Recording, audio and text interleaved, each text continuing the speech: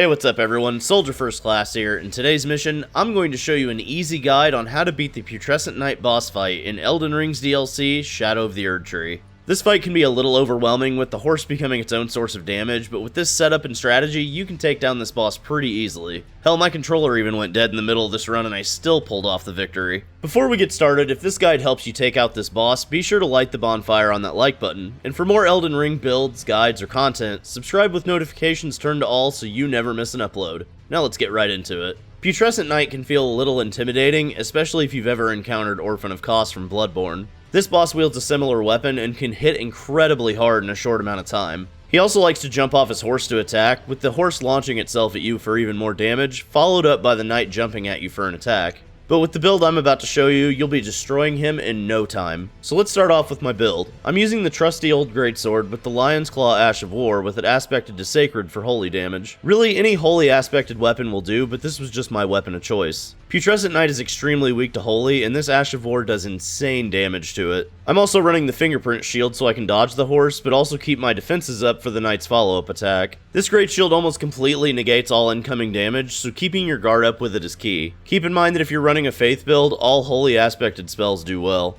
As for talismans, I'm running the Curved Sword Talisman for an extra 20% damage from guard counters, Sacred Scorpion Charm for an extra 12% holy damage, Ritual Sword Talisman for an extra 10% damage when at full health, and Shard of Alexander for an extra 15% damage added to skills. With this setup, your holy damage output is going to be huge, but you can also add the Holy Shrouding Crack tier to your Wondrous Physic for that extra 20% boost for holy attacks as well. The other tier for my Physic is the Winged Crystal tier, but mostly because I love the lightweight rolls I get while using it. Full disclosure, I actually forgot to use the holy tier in the footage you're seeing, so you can increase the damage you're seeing by about 20% holy. As for my current stats, I'm at level 215 with the following stats for my build: 60 Vigor, 20 Mind, 42 Endurance, 80 Strength, 38 Dexterity, 21 Intelligence, 25 Faith, and 8 Arcane. Obviously more Faith will increase damage, but with my current build it wasn't even necessary. Now let's get into the boss fight itself. As soon as you land in the arena, pop your Wondrous Physic. When he enters the arena, Putrescent Knight likes to jump off his horse and dive bomb you to start the fight, but if you can get right underneath him and dodge roll, you can typically avoid that first strike. When you see the horse coming out of the water, dodge roll to the side and then immediately block to stop the knight's incoming follow-up attack. He might also open up by throwing his boomerang-like sword at you, so be prepared to dodge or block quickly if that happens. When you see any openings, start using the Lion's Claw Ash of War to deal massive damage. If he ends one of his combos, you can either Lion's Claw him or guard counter him for heavy holy damage as well. If you're able to break his stance, this fight is all but over. When the knight is on the ground by himself, his strikes can be extremely fast and overwhelming, but if you continue to block or dodge roll into him, they become much more manageable.